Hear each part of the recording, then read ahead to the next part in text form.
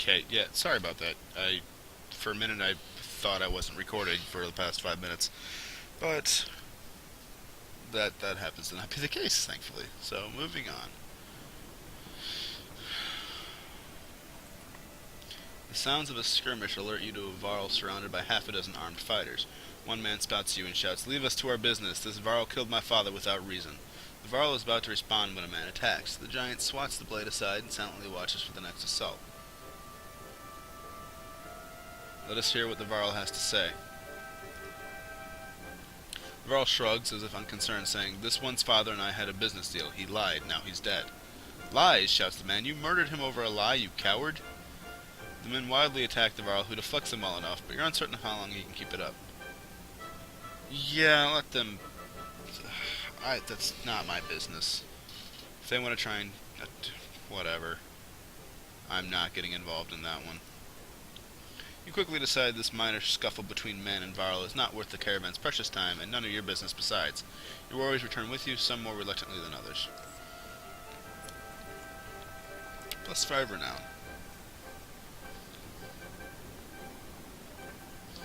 The caravan is buzzing with worry. In the distance, someone has spotted a large number of dark figures following you. "The Dredge," cries one woman, but something about it tells you they don't quite look like Dredge. "Gods be damned," chokes Onef, standing on one of the carts to get a better view. "Worse than Dredge. That's Ekil." The news spreads throughout the clansmen like wildfire. "Ekil? Why would he?" starts Oddleaf. "Unless he's after you, Onef." "He's insane," interjects Onef, "and unpredictable. That's a good number of fighters with him." Your mind races, considering what to do. Lead a charge, keeping him away from the caravan. You gather Onef, your allies and fighters, and head out into the wastes, weapons drawn, where the caravan won't be involved. "Rook, my good friend," he says as you approach, throwing his axe on the ground. "We come to parley, not fight." "Why would I believe a word you say?" "Rook, we were good friends. What happened?" "You tried to kill us. Just go back to Frostfeller and leave us alone." "Ah, Rook, it's your pretty girl. I'm glad nothing's happened to her. With the Dredge, I mean." "My friends, how could I forget everything you've done for me? Broke into my city, took my warriors, took my food, and then killed some people so you could take more food. That was a nice touch. Took one of my best men. How are you, Onif? Do they treat you well?" "Shove it up your ass, Ekil. If you came out here to kill me, let's get this over with." "Nothing like that. You must think you know me, or people like me." "What did Onif tell you? I'm crazy?" "I haven't survived because I'm crazy. I did what had to be done to make it in Frostfeller. The only mistake I made was you." "What kind of man are you, Rook?" "You look like an average man to me. A man worried about his daughter, maybe. Just making his way." "But then look behind you. How many people is that? They follow you, fight for you. Why? What kind of man are you?" "I protect my kin." "It's more than that, isn't it? You think everyone was born to lead, make hard decisions? Who do these people think you are? You saved them. You're a hero. Maybe that's more important than who you really are." "What's your point, Ekil?" "I'm your prisoner, Rook. Bind my hands." "Frostfeller is done. I can't survive there, thanks to you, my good friends. You may not have cut my throat, but you sentenced us to death. I don't believe that's who you are. Is this some kind of apology? You can't trust me, I know that. Take me and my men as prisoners if that's what it takes." Ekil looks down at the ground, and the words come slowly to him. "I'm not above begging."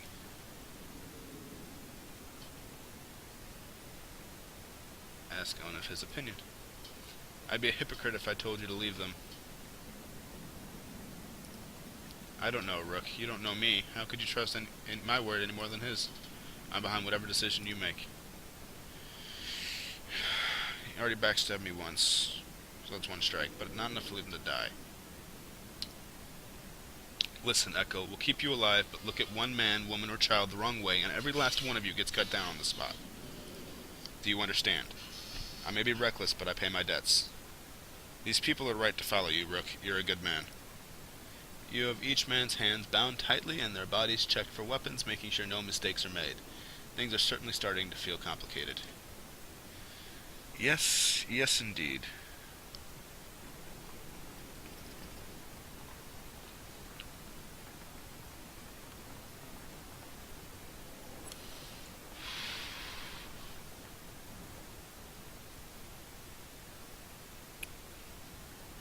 important these choices are supposed to be, so...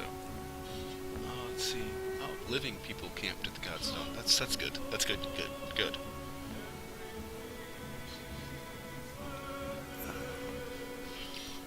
You find a surprising number of people camped out at the Godstone. They've been here quite a while, ever since the sun stopped. Apparently they think... Sorry.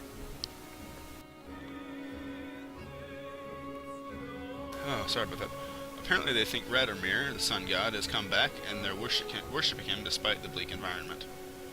They welcome the caravan, mingling and swapping stories with the others while you rest. They have almost nothing of value to trade, but their leader approaches and offers to let you join in their tribute. Ask what this tribute involves.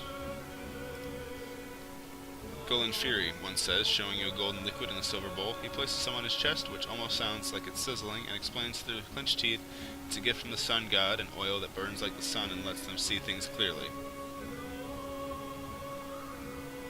Yeah, sure.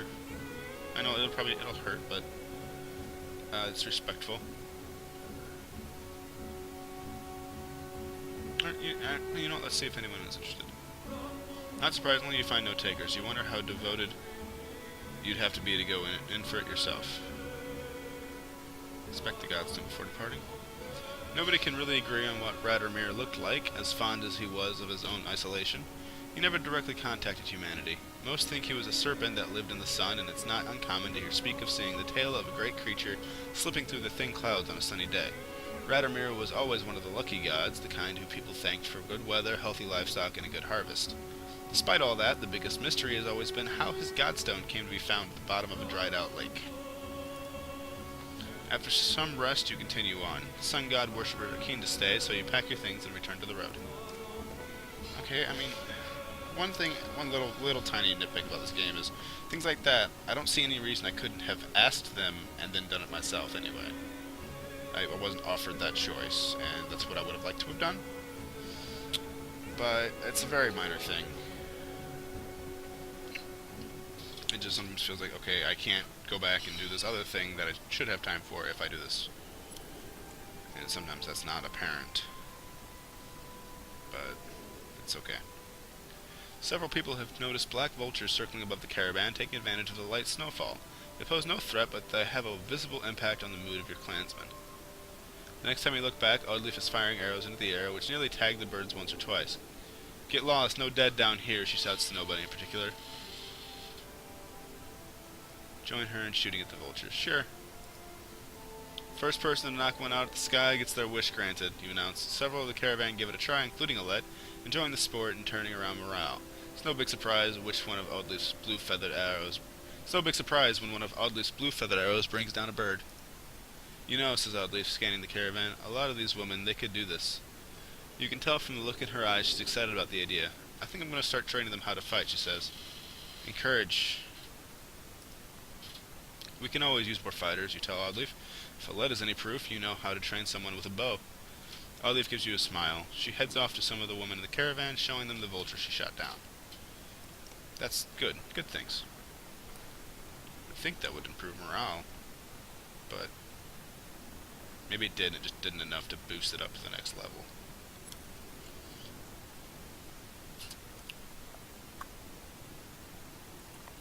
A trail of blood leads to a clearing where you find a large wounded Varl. He is gnawing on his shield, swearing at no one in particular, and occasionally slamming his cudgel on the ground. If not for the heavy bleeding, you'd leave this one alone without a second thought. We can help if you want it. In a heartbeat, the Varl is on his feet swinging his massive weapon. You jump clear as the cudgel smashes through the trunk of a tree. Your party scatters to avoid the falling timber. Once you recover, the Varl is long gone, leaving only another trail of blood which you decide against following this time. Yep, okay. We offered. I feel okay about that one. People, man. Humans. Well, I guess they're not human, they're Varl, but whatever. The meme stays the same.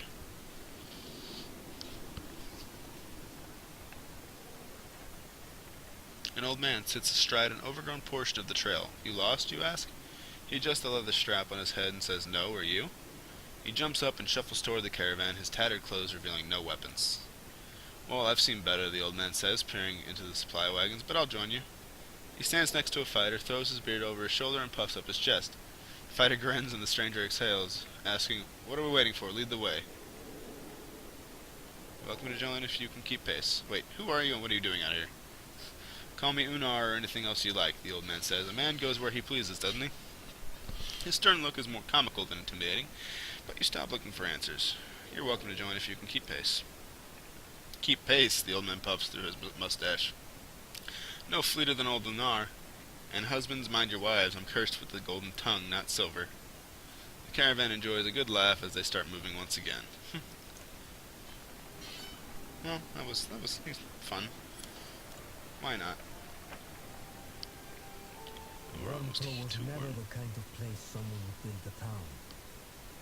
Fittingly, the Varl living here aren't known for welcoming visitors with open arms. Can you fix morale quick? It just dropped down, so I should rest up before we head in here.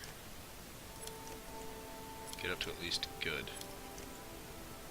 Jeez, how many days to get to good? There we go.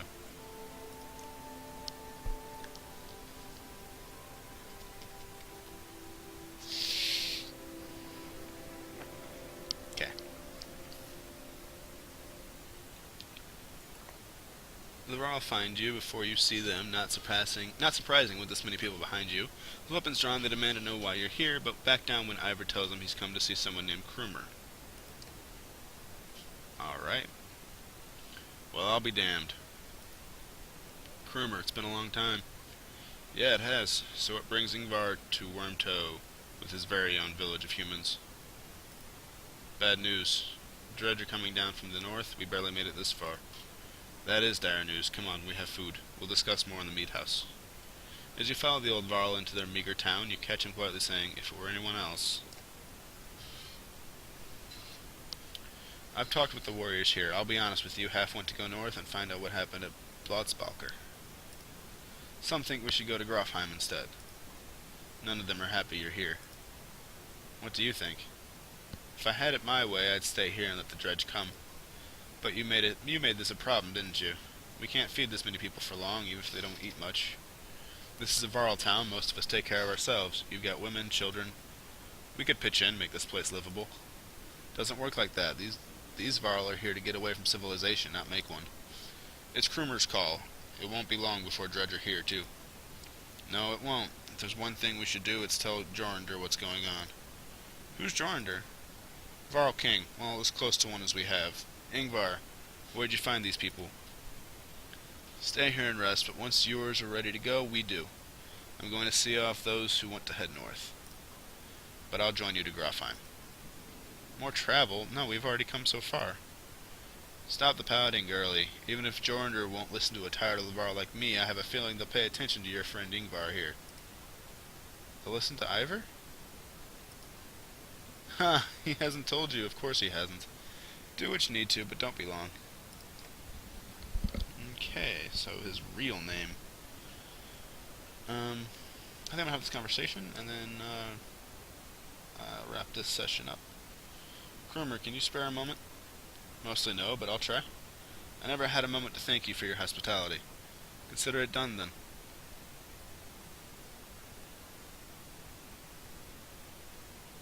Bet you have some incredible stories. I might. Or I could be the most boring Varl you ever met. Depends on how much you like killing Dredge. Ask me again someday. Might tell you about the time we filled the dead yaks with whale teeth. And why. I would like to know why. That's curious. So who is Ingvar? Ha, I'm not surprised he never told you. I'm just surprised he can stand being around anyone at all. Your friend was one of us long ago. I mean, the dredge-bashing type. He was called Ingvar then. And if you want to know why he changed his name, best ask him yourself. I'm too old to peddle and gossip. I best leave it to your business. Suppose you should. Take care, friend of Ingvar. I like him. He seems pretty cool. Pretty cute. With that, I do believe I am going to end this little recording session. And as usual, thank you for paying attention.